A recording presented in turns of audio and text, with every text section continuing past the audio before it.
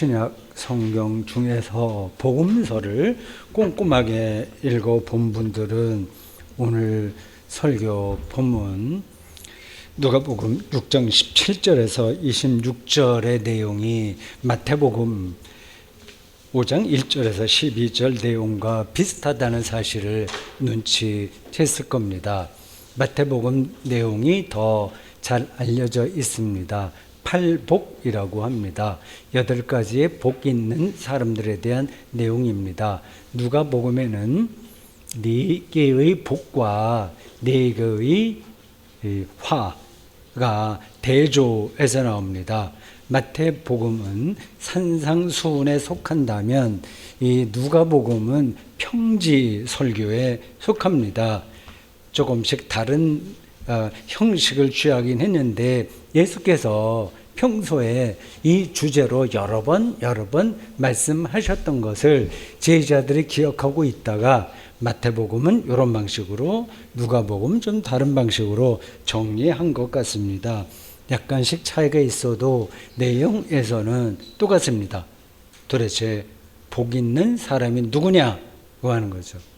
무엇이 행복한 삶인가 하는 겁니다. 여러분들에게도 관심이 있는 주제죠.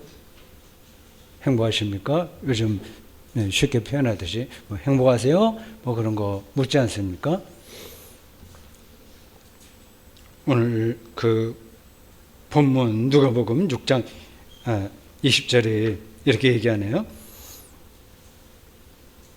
너희 가난한 자는 복이 있다. 하나님의 나라가 너희 것이기 때문이다. 뭐 이런 내용이에요. 성경 말씀이니까 그런가 보다 생각이 되지만 딱 받아들이기는 쉽지 않죠. 가난한 자가 어떻게 행복합니까? 우리는 가난으로 인해서 벌어지는 인생의 그 어려운 문제들을 매일 생생하게 경험하고 있지 않습니까? 이와 대립되는 구절이 24절이에요. 여기에는 부유한 자가 나옵니다. 요즘 슈퍼 리치라는 말이 있잖아요. 부자들을 그렇게 가리킵니다. 오늘 이 본문은 부자에게 복이 아니라 화가 있다. 이렇게 얘기하네요. 동의하기 힘들죠. 우리는 일상에서 이 부로 인해서 벌어지는 삶의 쏠쏠한 재미를 잘 알고 있습니다. 문제는 이러한 쏠쏠한 재미에 도취해서 더 근본적이고 본질적인 기쁨, 평화를 놓친다는 사실이 있습니다. 이게 놓치고 있는지도 모르죠, 사실은요. 실제로는. 지나가 버리고만 합니다. 그래서 오늘 본문은 그들에게 가난한 자에게 주어질 하나님 나라가 닫혀 있는 거예요. 그러니까 화입니다. 불행한 거예요. 이 이야기를 제가 설교 끝까지 밀고 나가야 되는데 이게 쉽지가 않습니다. 정서적으로 잘 용납이 안 되는 내용이기 때문입니다. 제가 하는 데까지 설명해 볼게요. 제 주변에는 부자가 별로 없어서 돈이 어느 정도 있어야 부자인가가 실감이 나지는 않습니다. 그냥 머리로만 생각합니다. 한 100억 정도 있으면 부자이지 않을까 생각이 들어요. 100억 이상 되는 재산가들이 우리나라에 제법 될 거요. 100억 원을 3% 되는 은행에 이율 3% 되는 은행에 맡겨두면 한 3억 받죠? 3억 받나요? 네. 이 사람은 불로소득으로 상류 10% 안에 들면서 살 겁니다. 100억 원이 아니라 10억 원만 있어도 노후는 크게 걱정하지 않을 것 같습니다. 돈 많은 사람들은 자연스럽게 돈 관리하는데 신경 씁니다. 재테크라고 하죠. 저절로 그렇게 됩니다. 돈이 지배하는 인생이라고 할 수 있습니다. 물론 그들 중에서도 어려운 시설에 자기 재산을 다 기부하는 사람들도 있죠. 그들은 부자가 아니에요. 이미 그 재산을 자기 소유라고 생각하지 않기 때문에요. 예수께서는 이 재물의 위험성을 예상외로 자주 말씀하셨어요. 누가복음 12장 13절에서 21절에는 부자 비유가 나옵니다. 어떤 사람이 예수께 와서 우리 형한테 좀 타일러서 재산을 좀 분할하게 해주십시오, 이렇게 얘기를 했는가 봐요. 유산 분쟁이 터졌던 것 같습니다. 예수께서 한 비유를 그때 말씀하십니다. 어떤 부자 농사꾼이 있었는데 그 해에 대박이 났다. 그래서 이 부자 농사꾼이, 기업가죠, 오늘날로 말하자면, 곡간이 부족한데 이거 어떻게 하지? 이 남아도는 곡식을 어떻게 하지? 생각을 하다가 곡간을 허물고 크게 짓자, 그렇게 마음먹었습니다. 그러면서 속으로 이렇게 생각했다고 그래요. 실감나는 표현이에요. 내가 내 영혼에게 이르되, 영혼아, 여러 해 쓸 물건을 많이 쌓아두었으니 평안히 먹고 쉬고 먹고 마시고 즐거워하자 하리라. 지금 우리는 옛날과 비교할 때 슈퍼 리치로 삽니다. 여러분 집안 구석구석에 많은 물건이 쟁여 있을 거예요. 처리하기 곤란한 것도 수없이 많을 겁니다. 신발도 많고 가방도 많고 옷도 많고 냉장고에도 먹을거리가 쌓여 있을 겁니다. 다 먹지 못하고 폐기 처분하는 음식도 제법 될 겁니다. 택배 물류가 유독 발전한 우리나라에서는 스마트폰으로 모든 물건을 배달받을 수 있습니다. 그래서 그냥 꼭 필요한 것만이 아니라 그냥 이렇게 쇼핑하듯이 하다가 필요한 거 단추 눌러서 다 구입합니다. 특별한 경우에는 택배 포장지를 풀지도 않고 그냥 구석에 쌓아두는 경우도 있다고 하네요. 믿거나 말거나 그렇다고 합니다. 이 비유에서 예수께서는 이런 말씀으로 끝냅니다. 이 부자 기업가 곡간을 허물고 크게 짓고 편안하게 쉬고 먹고 잘 살자고 하는 이 부자에게 이렇게 얘기합니다. 어리석은 자요, 오늘 밤에 네 영혼을 도로 찾으리니 그러면 네 준비한 것이 누구의 것이 되겠느냐. 누가복음 18장 18절 이하에는 부자 관리에 대한 이야기가 나와요. 어떤 사람이 예수께 왔습니다. 영생을 얻는 길을 가르쳐 주십시오. 그래서 제법 좀 생각을 하는 사람 같아요. 이 사람이 예수님과 대화 속에서 어려서부터 십계명 잘 지켰습니다 이러면 칭찬받을 만하죠. 그러니까 예수께서 한 가지 부족한 것이 있다고 그를 깨우쳐 줍니다.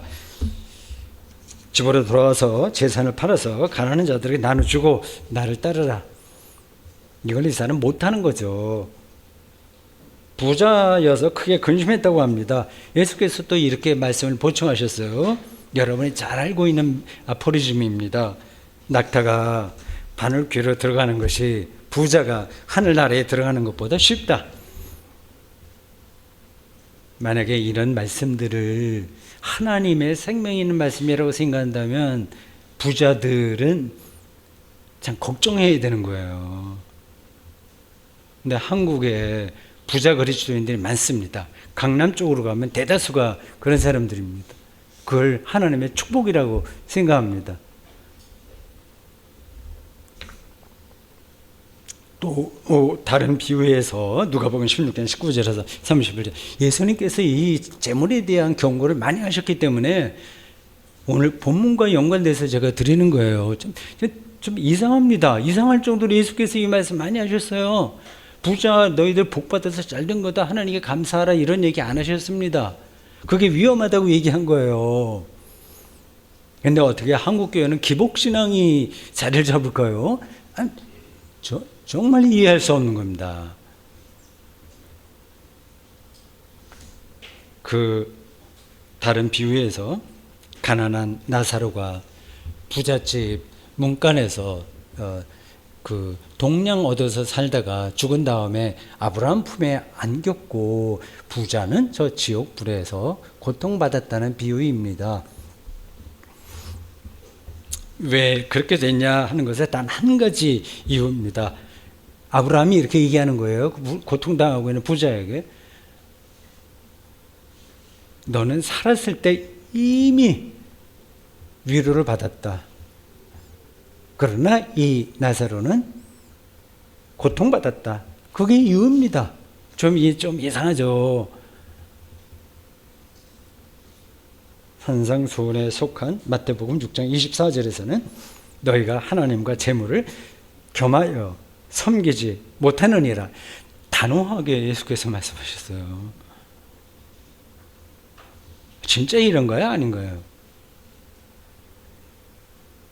예수께서는 왜 이 부자의 운명을 위험하게 보고 가난한 자의 운명을 희망적으로 본 것일까요?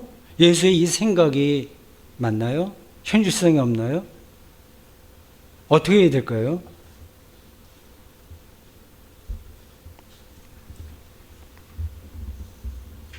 이 말씀을 이해하려면 어떤 걸 통과해야 됩니다. 어떤 걸 먼저 알아야 돼요. 그냥은 이런 말씀도 안 들어옵니다. 가난한 자는 하나님 나라를 얻게 될 것이라서 행복하고 부자는 이미 위로를 받았기에 불행하다는 이 말은 서로 연결되어 있어요. 먼저 부자의 삶을 보십시오. 부자는 재물이 제공하는 삶의 방식에만 묶입니다. 아주 단단하게 연결됩니다. 그게 무엇인지는 앞에서 말씀했어요. 돈이 제공하는 삶의 재미가 너무 강렬해서 하나님 나라를 생각할 틈이 없다니까요. 나는 아니야. 나는 돈에 능력도 알고 재미도 알지만 하나님 나라 생각해.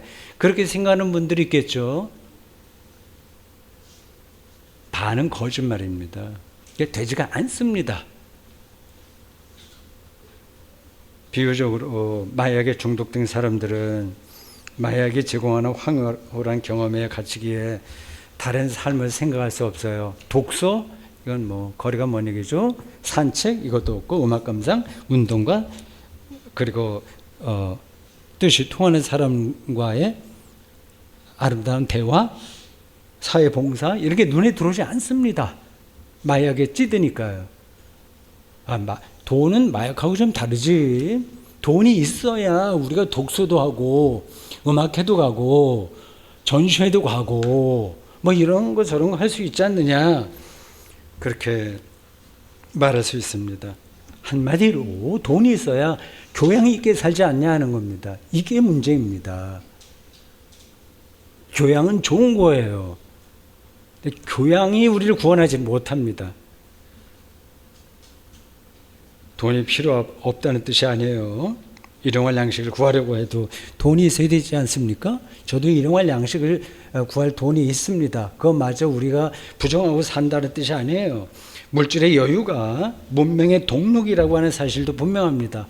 일단 물질적인 여유가 있어야 모든 문명이 발전했잖아요. 인류 역사를 보면 그렇습니다. 그런데 여러분, 인간의 영혼은 그런 문명과 교양으로 건강해지지가 않아요. 2000년 전 사람들보다 우리가 지금 더 영혼이 건강하다고 생각하십니까? 자신하세요? 예수님의 제자들보다 우리가 더 하나님 나라에 가깝다고 생각하십니까? 우리가 더 행복할까요?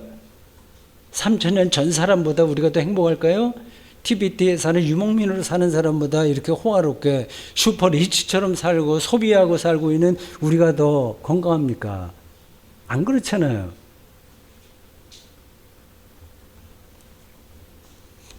이 신앙생활도 그런 거예요. 신앙적인 교양에 머뭅니다. 이게 율법주의라고 하는 거예요. 이 교양에 머물면 그건 아름다운 거예요. 저도 교양 있는 사람 좋아합니다. 저도 교양 있게 살려고 노력하고 있고요. 책도 좀 읽고 뭐 그런 거 다 필요합니다. 근데 거기에 갇히면 하나님 나라에 마음이 안 가요.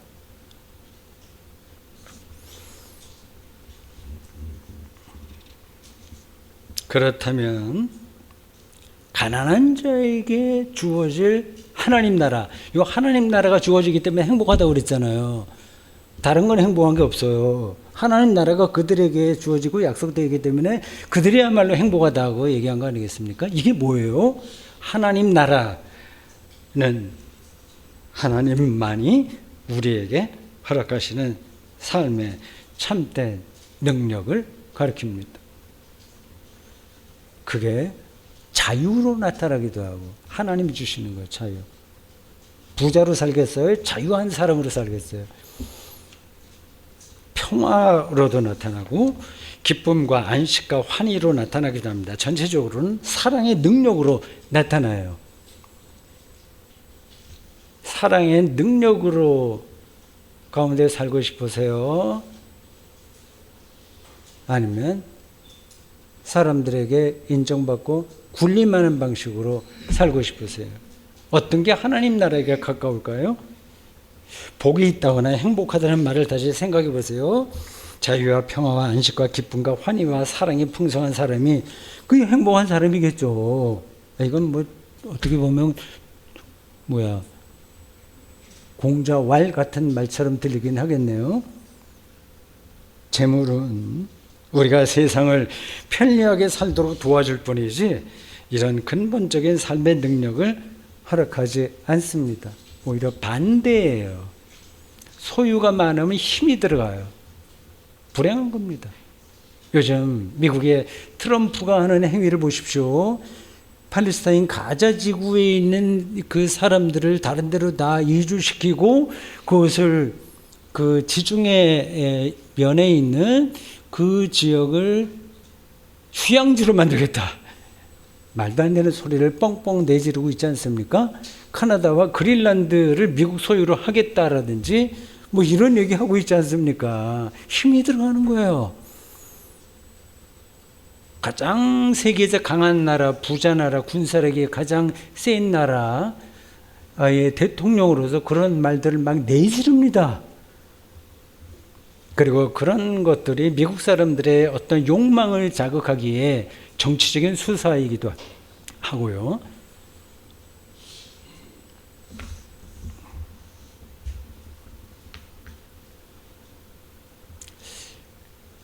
가난한 자에게 주어진다는 그 하나님 나라에서 중요한 사실은 하나님만이 우리에게 허락하시는 그것을 받으려면,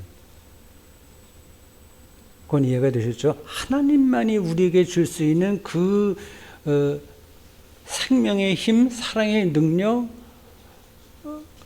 하나님의 바실레아 통치, 그것을 받으려면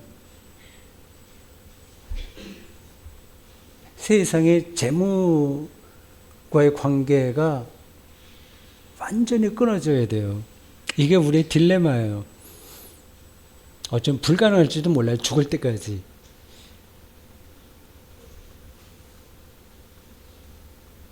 우리는 일반적인 건전한 기독교인들은 두 개를 다 원해요.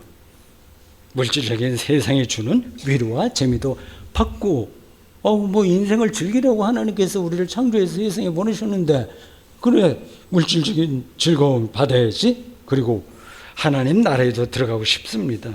세상에서 제대로 인정받으면서도 영혼이 자유롭고 풍성하며 사랑의 능력이 있는 인간으로 살고 싶어요. 이게 가능하지 않습니다. 대충 흉내 내는 거 있잖아요. 그런 차원에서는 가능합니다. 실제로는 불가능합니다. 그래서 예수께서 가난한 자가 복이 있다 이렇게 대담하게 선포하신 거예요. 우리나라 어떤 대중 설교자는 깨끗한 부자를 외쳤어요. 그게 서울에 있는 강남, 하여튼 대치동 등등 부르주아 기독교인들에게 매력적으로 들린 것 같아요. 깨끗한 부자, 이게 말이 됩니까? 근데 그게 좋은 거예요. 깨끗하게 돈 벌어서 부자가 돼갖고 선하게 쓰자, 이 얘기입니다. 형용 모순이에요. 하나님과 재물을 겸해서 섬길 수 없다는 예수님의 말씀과 완전히 대치되는 주장인데도 한국 그리스도인들에게 매력적으로 그게 어필합니다.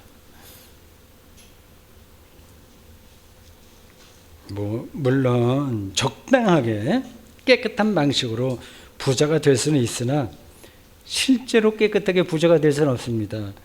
여기 어떤 그리스도인 기업가가 고급 비프 스테이크 레스토랑을 개업해서 대박을 터뜨렸다고 합시다. 비프 스테이크를 많이 팔수록 이익은 나지만 글로벌한 지구촌의 관점에서는 불행이 더 많아집니다. 아시죠? 맛있는 비프 스테이크를 만들려면 양질의 소를 키워야 돼요. 그러면 좋은 곡식이 필요합니다. 그 곡식 값이 뛰어올라요. 그래, 아프리카에 있는 가난한 사람들이 굶주리게 되는 거죠. 지금 지구가 그렇게 돌아가고 있는데 가난한 부자라고 하는 말이 성립이 됩니까? 부끄럽게 생각을 해야 되죠. 제가 지금은 극단적인 예를 들긴 했습니다만 우리가 그저 흉내를 내는 수준에서는 세상의 물질과 하나님을 같이 붙들 수 있어요. 적당하게. 그러나 근본에서는 오직 한 가지만 선택할 수 있습니다. 양자택일이에요.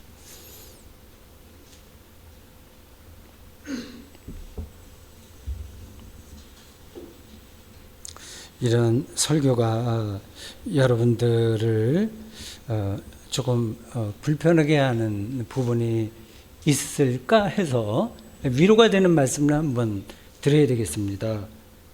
우리는 언젠가 세상에서의 모든 재미 그리고 즐거움을 완전히 잃는 결정적인 순간을 맞습니다.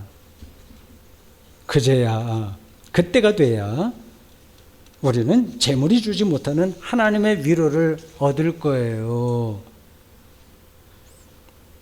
일전에 오래전 제가 영남신학대학교 강의 나갈 때 제 강의를 듣던 여학생이 순수 유기농 농사를 짓는 남편 목사와 함께 우리 집에 찾아왔습니다. 저희 집사람도 같이 차 마시고 또 근처에 있는 순두부집인가? 거기 가서 밥 같이 먹고 대화를 하다가 이런 얘기를 들었습니다. 1년여 전에 이분이 지금 나이가 좀 제법 들었죠. 밭에서 일하다가 갑자기 쓰러져서 응급실에 실려가게 됐습니다. 응급실에 실려가면서도 늘 머릿속에 내가 이 밭을 산 거 빚을 어떻게 갚아야 되는데 어디서 저축한 걸 어떻게 해야 되는데 늘 그 생각을 하고 살아 거예요. 응급실에 끌려가면서도 그 생각이 머리에서 끊이지 않았다고 합니다. 병원비가 좀 많이 나오면 곤란한데 했는데 병원비가 예상외로 많이 나왔다고 하네요. 그래서 빚 갚는 계획이 엉클어지고 말았어요. 그러자 오히려 마음이 평안해졌다고 합니다. 이전에는 전에 느껴보지 못한 평안입니다. 그러니까 모든 걸 하나님께 완전히 맡길 때 주어지는 위로이자 영원한 쉼입니다. 죽을 때 그게 일어납니다. 그러니까 좀 안심하세요. 여러분이 지금 욕심이 있고 뭐하고 있는 거 죽는 순간에 모든 것들이 우리가 예상하지 못하는 희열과 영원한 안식을 경험하게 될 겁니다. 문제는 지금 살아있을 때 그걸 느끼며 살아야 될 거 아니에요. 살아있을 때. 죽을 때는 안심하세요. 하나님께서 창조하셨으니까 하나님께서 여러분의 미래를 책임지십니다. 살아있을 때는 우리가 할 일을 해야 되는 거겠죠.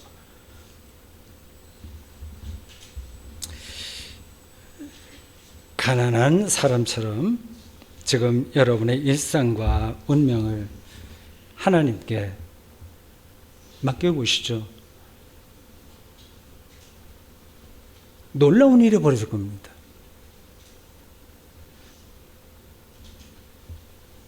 이게 쉽지는 않겠지만 일단 방향이 그렇다는 것만은 알고 계세요.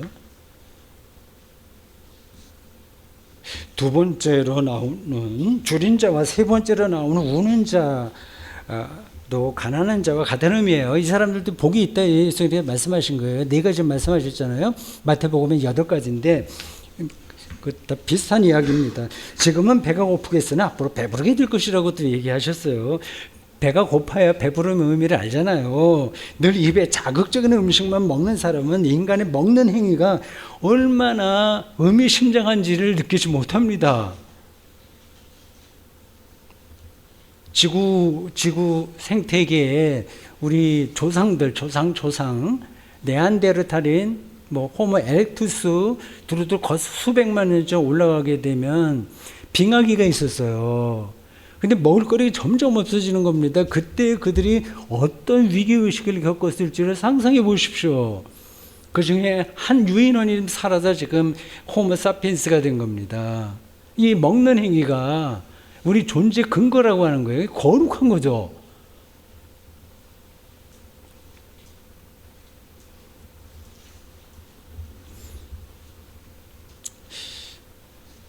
거꾸로 배부른 사람은 이제 배고프게 되고 지금 웃는 사람은 울게 될 것이다. 그런 말씀이 대립항으로 나옵니다. 우리 현대인들은 너무 웃을 일을 찾습니다. 내 뜻대로 돼야지 웃잖아요. 내 직성대로 해야만 웃음이 나오지 않습니까? 그러니까 화가 나는 것 같아요. 그런 사람은 불행한 겁니다. 그래서 25절 후반절에서 지금 웃는 자여 너희가 애통하며 울리로다 이렇게 역설적으로 말씀하셨어요. 네 번째 복에 대한 설명이 재미있습니다. 22절과 23절 이렇게 나와요. 인자로 말미암아 사람들이 너희를 미워하며 멀리하고 욕하고 너희 이름을 악하다 하여 버릴 때에는 끔찍한 상황이에요. 그렇죠? 모두가 두려워하는 이러한 상황에는 너희에게 복이 있도다. 그날에 기뻐하고 뛰놀라 하늘에서 너희 상이 큼이라. 그들의 조상들이 선지자들에게 이와 같이 하였느니라. 이 구절이 묘사하는 이들은 예수를 따르는 제자들이에요. 인자로 인해서 이러한 핍박을 받는 너희들은 제자들이에요. 팔복이 포함된 마태복음의 산상수훈이 제자들을 향한 말씀인 것처럼 여기 누가복음의 평지설교도 일반 사람이 아니라 제자들이에요. 앞에서 말한 가난한 사람이 복이 있다고 하는 말도 일반 사람들에게는 의미가 없어요. 헛소리예요. 제자들에게 하신 말씀입니다. 당시 제자들은 예수를 믿는다는 사실 탓에 무시당하고 인생살이에서 각종 불이익을 받았습니다. 황제 숭배를 거절하면서 초기의 그리스도교예요. 1세기까지 계속 그랬습니다. 로마 제국의 공무원이 될 수 없었고요. 특별한 경우에는 순교당했습니다. 우리가 상상할 수 없는 그러한 일들이 당시에 벌어졌어요. 왕따 당한 거예요. 기뻐해라. 선지자들이 다 그렇게 당했다고 예수께서 말씀하셨습니다. 10수년 전만 하더라도 예를 들어서 이런 오늘날에 벌어지는 것으로는 이런 거예요. 대한민국에서 여호와의 증인 교도들, 우리가 보통 이단이라고 얘기하는 크게 이단도 아니에요. 여호와의 증인 교도들이 군대 비폭력이라는 신앙적 신념으로 군대 가지 않아서 온갖 불이익을 받았습니다. 의사가 될 사람도 의대생도 군대 안 가기 때문에 그 여호와의 증인 교도 얘기하는 거예요. 감옥에 가고 모든 게 물거품이 되는 경우가 대한민국에서 수없이 벌어졌습니다. 비슷한 일들이 초기 그리스도교의 그 그리스도인들에게 벌어졌다는 겁니다. 그래도 기뻐하라. 이게 가능한 겁니까?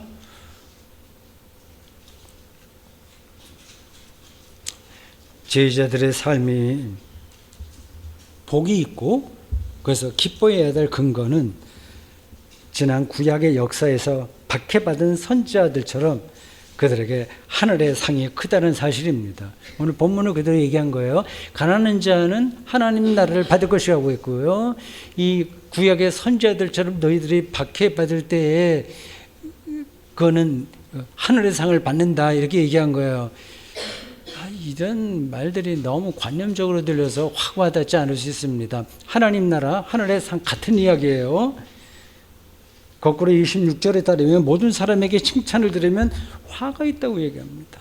칭찬 들을 생각하지 않아도 돼요.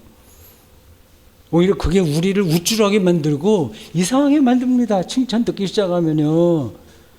아첨하는 말만 계속 들으려고 하지 않습니까? 화가 있다. 거짓 선지자들도 옛날에 그렇게 다 인기를 끌었다고 하는 겁니다. 거짓 선지자들은 대중의 욕망을 자극해서 거짓 선지자도 그렇고 거짓 정치인들도 그렇습니다. 포퓰리즘이에요. 이거는 대중들의 욕망에 불을 붙이는 겁니다. 지금도 그런 일들은 반복되고 있습니다.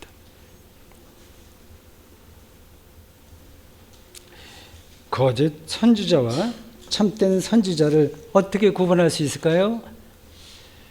지금 대한민국 교회에서도 비상계엄이 관련된 이 엄중한 사태 앞에서 목사들이 서로 다른 이야기를 하네요.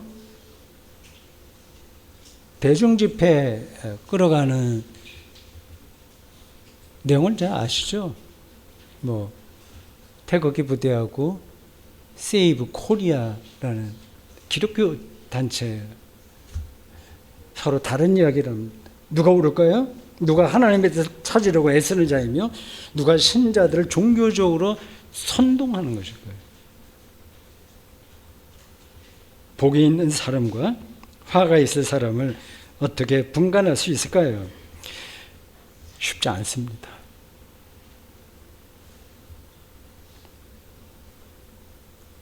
그러나 본문에 이미 대답이 들어있다는 사실을 아는 사람들은 알 겁니다.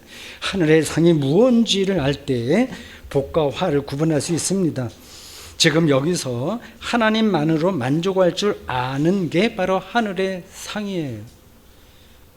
그런 사람에게는 가난마저도 복이 됩니다. 세상에서 무시당해도 기뻐할 수 있어요.